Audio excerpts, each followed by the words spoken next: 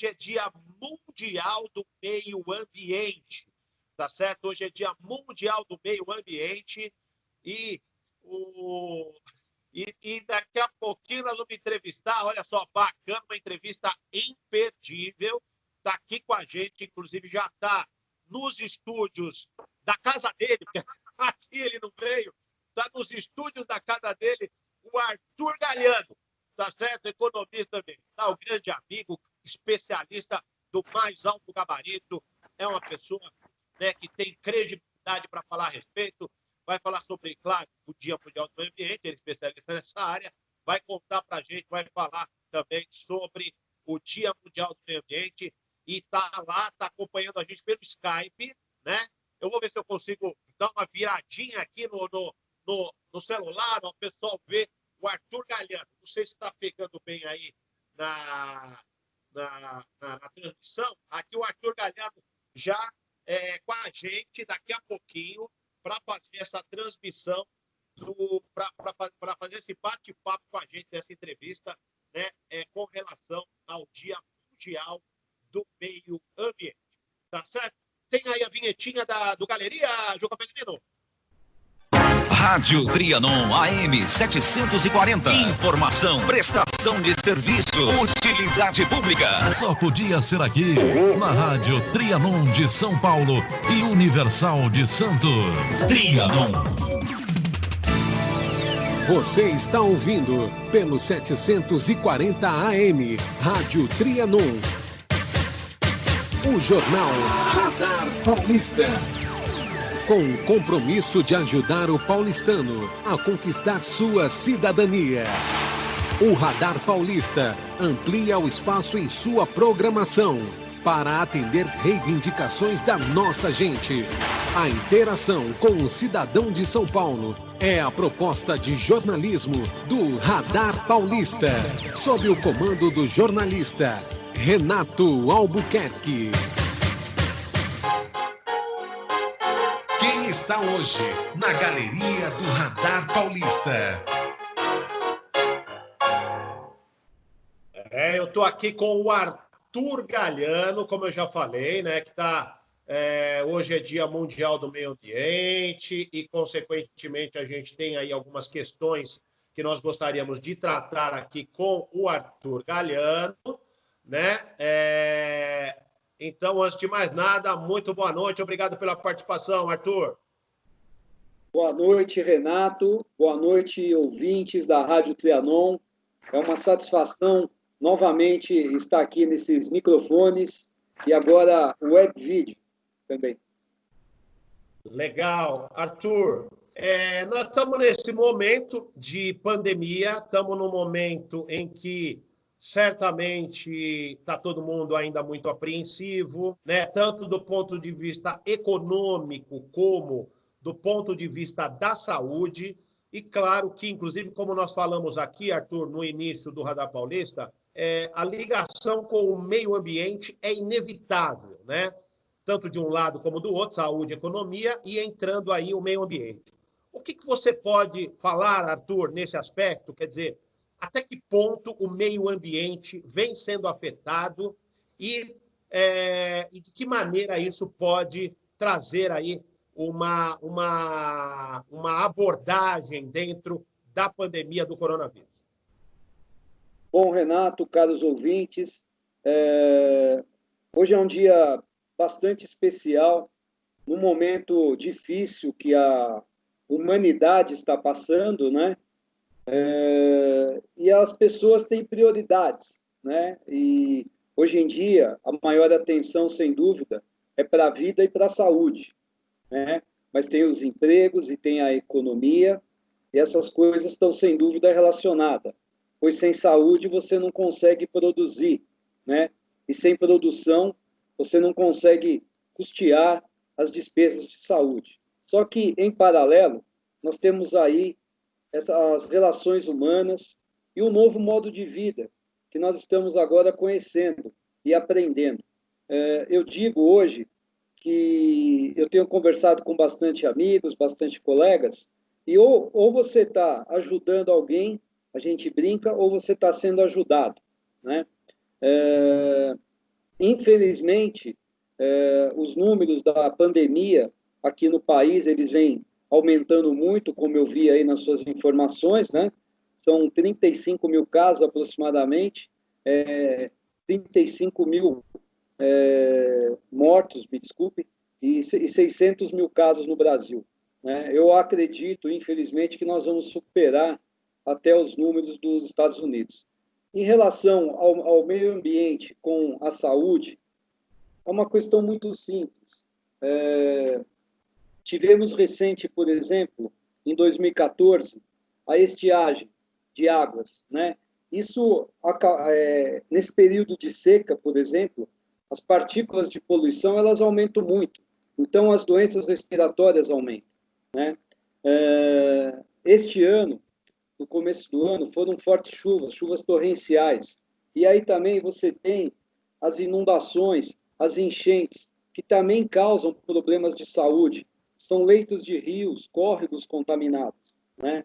E nas ondas de calor também aumenta a mortalidade. Ou seja, as questões climáticas, que são afetadas pelas questões ambientais, pelas ações equivocadas do homem, acabam gerando problemas no meio ambiente e, consequentemente, precisamos de recursos para mitigar, melhorar esses problemas. Então, como a gente diz, está tudo conectado, né? O mesmo ar que respiramos aqui no Brasil é o mesmo ar que se respira no Japão ou na Austrália. Portanto, nesse momento, ficar em casa é importante, sem dúvida alguma. Só sair se precisa mesmo. Agora, já é uma realidade. O mundo não está mudando. O mundo já mudou. Realmente importante o que você está dizendo, viu, Arthur? Agora, dentro de tudo isso que está acontecendo, nós estamos vivendo também um problema aí político bastante considerável, né? O presidente vem tomando uma atitude, muitas vezes, de ignorar, inclusive, a pandemia, e aí há uma série de questionamentos e tal. E no meio disso, nós tivemos a saída do ministro da Saúde, de dois ministros da Saúde, na verdade. Tivemos a saída do ministro da Justiça, Sérgio Moro, que, quando saiu, o ministro Sérgio Moro, entrou com um requerimento junto à Justiça, dizendo que o presidente da República queria interceder junto à Polícia Federal. Nesse requerimento, nessa investigação, levou-se ou trouxe à baila aí uma gravação de uma reunião, né, entre os ministros do presidente Jair Bolsonaro, e lá estava também o ministro do Meio Ambiente, Ricardo Salles, que teria dito o seguinte: precisa haver um esforço nosso aqui, enquanto estamos neste momento de tranquilidade, no aspecto de cobertura da imprensa, porque só se fala de Covid, e ir passando a boiada e mudando todo o regramento e simplificando normas, teria dito o ministro do Meio Ambiente, Ricardo Salles. Quer dizer, o que pensa um especialista, um ecologista, um ambientalista, um economista ambientalista como você, neste momento de pandemia, ao ver essa declaração do ministro do Meio Ambiente? Bom, como ser humano, eu acho lamentável, né? Pois a boiada que está passando aí são essas 35 mil vidas aí que nós perdemos. E outras boiadas mais que viriam. Mas isso é uma opinião humana. Eu vou falar como, respondendo a sua primeira indagação, como a questão econômica, justamente essas mudanças de ministérios, essa falta de posicionamento e de liderança do governo e de algumas outras lideranças do país, é que fez, por exemplo, com que o dólar flutuasse tanto e batesse quase nos R$6, e hoje ele caiu para R$ 4,99. Então, isso acaba gerando uma instabilidade, pois a economia ela depende muito de expectativa, né? É um fator intangível, mas que faz parte da economia. Então, esses desmandos políticos e econômicos, essas opiniões de lideranças que deveriam ter mais responsabilidades, acabam afetando o nosso país, pois lá fora, pode ter certeza que estão olhando para cá. A Holanda, por exemplo, o parlamento holandês, ele negou a união do Mercosul com a Comunidade Europeia por conta dos desmatamentos aqui no Brasil essa semana, né? E lá na Comunidade Europeia depende de uma votação de todos os países por unanimidade para ser aprovada essa união.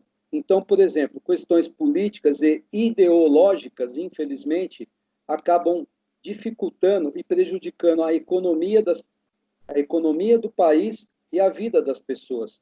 O ministro, ele alega que o Brasil, o argumento dele para esse descaso com o meio ambiente é que nós emitimos somente 3% dos gases de efeito estufa do planeta. Ou seja, 97% os culpados são os outros. Só que, do jeito que as coisas caminham, o Brasil tem tudo para se tornar uma nova China e um novo Estados Unidos nessas emissões. Eu explico até com um raciocínio simples. Nós somos o país com o maior potencial de crescimento nos próximos 30 anos, principalmente por causa da nossa matriz energética. A energia vai ser a grande commodity do futuro. E o Brasil tem um potencial solar, um potencial hídrico fabuloso. Então, esse argumento ele é pífio, porque é importante também preservar a biodiversidade que nós temos em nossa Mata Atlântica e na Amazônia, pois isso também é uma commodity de nosso país, que nessas negociações, no mundo globalizado, de fato, não um mundo de esquerda, de direita, comunista, socialista, capitalista, pois o que vale hoje é a economia de mercado. Então, o que nós temos que pensar é preservar o meio ambiente, que é um grande patrimônio nosso, para justamente gerar novos empregos e o Brasil crescer com crescimento sustentável. Ô, Arthur, vamos manter esse tema da política, porque o ministro do Meio Ambiente parece que teria revogado nesta semana, né, uma portaria que regularizava invasões em áreas de Mata Atlântica até 2008, né? Quer dizer, o que seria essa portaria? Qual a relevância desse despacho para o desenvolvimento ambiental do país? Bom, o ministro ele revogou essa portaria porque é o seguinte: nós temos uma lei de proteção da Mata Atlântica de 2006 e o nosso Código Florestal é de 2012. E o Código Florestal ele estabelece normas para assentamentos. Só que esses assentamentos eles já vêm ocorrendo aí antes e ao longo da história. Então,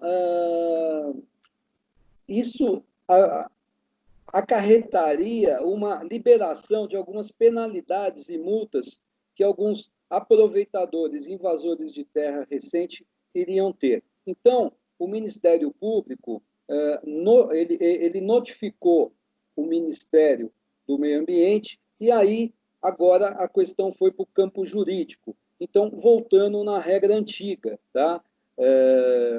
E nós estamos aí na eminência de uma nova lei de licenciamento ambiental que, se aprovada, e lógico, bem discutida com as ONGs, os órgãos públicos, as entidades, tanto empresariais como ambientais, essas questões de conflitos, né, elas vão ser melhor definidas. Então, o ministro ele fez bem, sim, de revogar essa portaria, porque era um absurdo, era uma portaria que a gente pode dizer mais um descalabro ideológico desse ministério, o qual hoje existe até a frente parlamentar ambiental lá na Câmara Federal, que está pedindo o impeachment do ministro, está pedindo para que ele seja trocado, né? Pois constatou-se esses dias, por exemplo, e eu não estou fazendo leviandades aqui, que ele estava preocupado em comprar carros blindados para o Ministério do Meio Ambiente. Então, as questões importantes, que são as questões de resolverem esses conflitos agrários, nós temos aí uma população indígena, nós temos uma população rural muito grande, ninguém quer expulsar essas pessoas das suas terras, mas essas pessoas, elas têm que ter um critério de produção e um critério que elas tenham uma relação sustentável, tanto com as empresas do agronegócio, como com toda a sociedade, e dessa forma o meio ambiente e todos nós ganhamos. Agora, a nova lei de licenciamento ambiental, Arthur, está tramitando no Congresso, também parece que está trazendo uma certa polêmica. Como é que você está vendo essa lei de licenciamento ambiental? Então, a lei de licenciamento ambiental ela já está pronta para votação, né? Parece que o relatório foi aprovado esses dias, acho que é o deputado Kim Kataguiri, se eu não me engano, né? E nós temos uma lei atual de 2010, que é uma lei até mais rígida do ponto de vista de liberação do que essa nova lei que está sendo aprovada. Só que o problema dessa lei nova que está para ser aprovada, ou não, né, é que ela não resolve o problema de quem vai decidir a aprovação do empreendimento. Se os governantes, os governadores, os prefeitos, ou os técnicos e as entidades técnicas que têm melhor qualificação para isso. Então, isso acabou gerando um conflito e tudo indica que, mesmo que ela seja aprovada, ela vai acabar sendo uma lei que vai ser judicializada. Por esse momento agora de coronavírus, de que estamos passando, eu entendo que está faltando aí uma maior discussão com as entidades, as ONGs e o terceiro setor. E esse é o grande problema. Uma lei não pode ser imposta desse jeito. Uma outra questão que tem é que as empresas, os empreendimentos, eles têm que apresentar garantias que eles vão compensar por aquele impacto ambiental. Agora, quem garante que essas garantias vão ser cumpridas, né? Então, ela está muito frágil. E aí que está o grande problema. Não sei, vamos ver do próximo round. Tá certo. Bom, como eu falei, né, Arthur, a economia também gira em torno desse tema do meio ambiente. Hoje as pessoas estão mais em casa, reclusas, o PIB vem caindo, o desemprego subindo. Qual é o cenário que você vê para os trabalhadores e pequenos empresários a curto e médio prazo, sendo também, levando em consideração também as medidas do governo, se elas são suficientes para ajudar as famílias e empresários a combater o coronavírus? Bom, Renato, o que nós estamos vivendo é uma guerra, né? Que nem a Segunda Guerra Mundial, são milhões de vidas que estão sendo perdidas. Após a Segunda Guerra, nós tivemos o Plano Marshall, né? Que foi a recuperação da economia com investimento principalmente do Banco Mundial e dos Estados Unidos. Está me ouvindo? Está me ouvindo? Eu vou continuar falando. Eu não sei, são problemas técnicos que às vezes acontecem, né? E o Covid também é uma guerra. O coronavírus é uma guerra.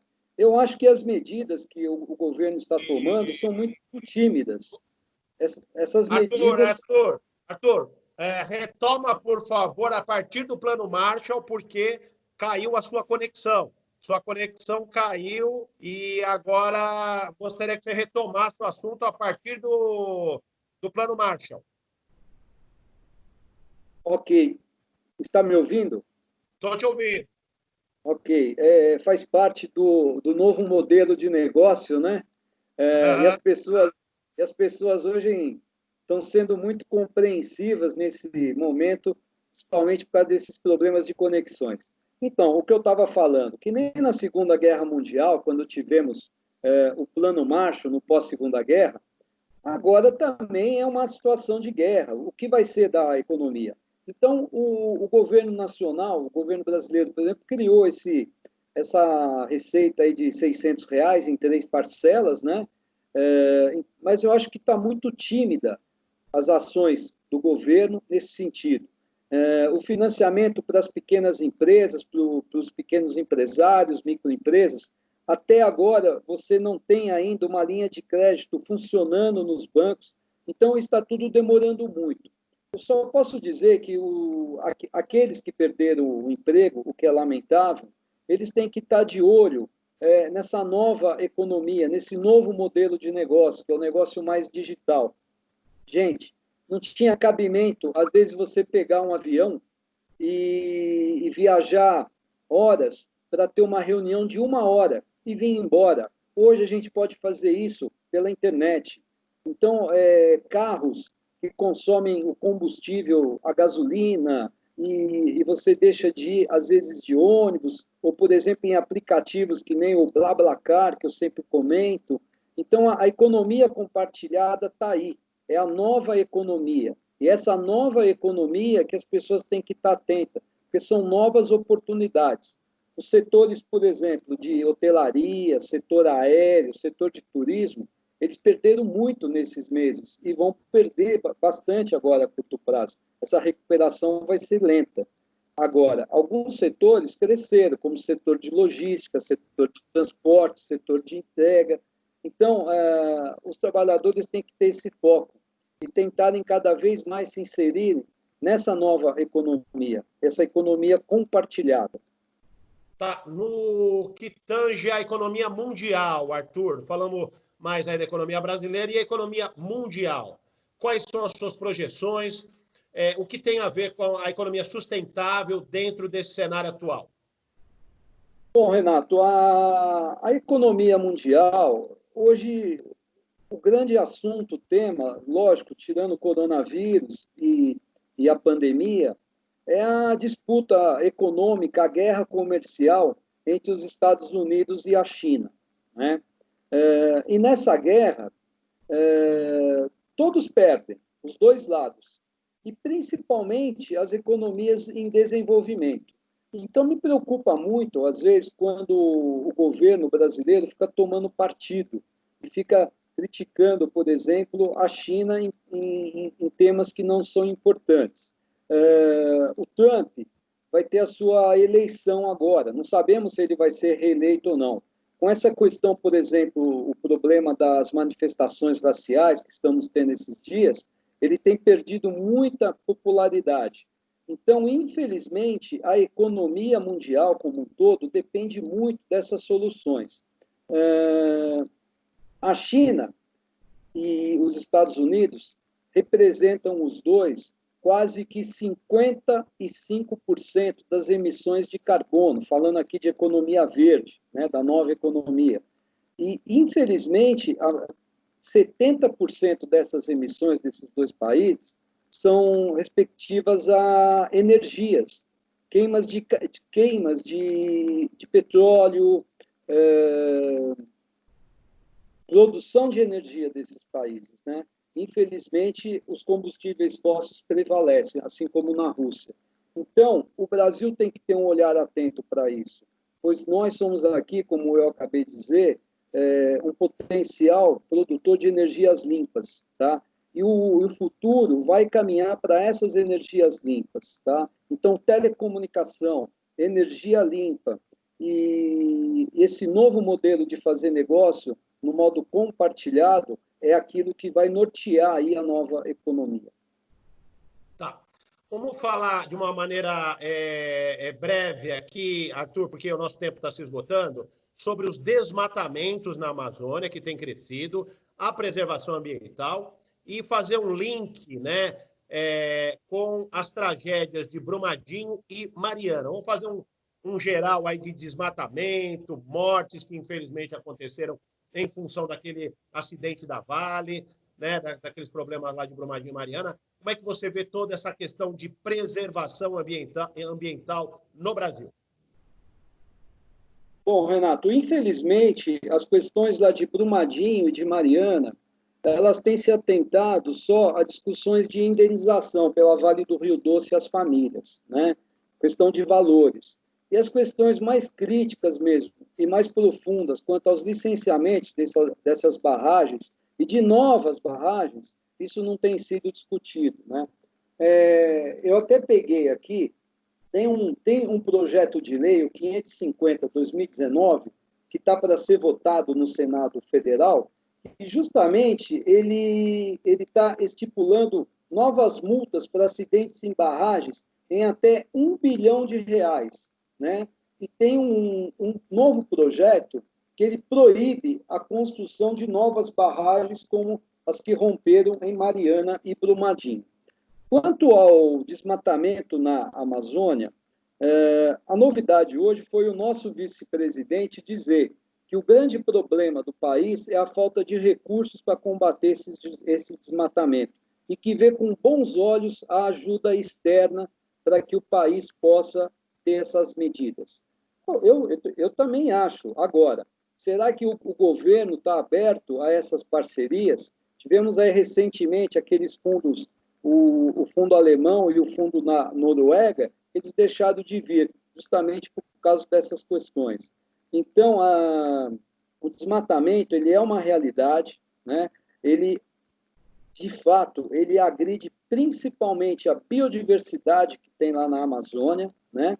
Não só lá na Amazônia, do estado do Amazonas, mas a Amazônia como um todo, pegando até o Mato Grosso, Pará, toda a região. Isso causa um prejuízo social terrível, terrível.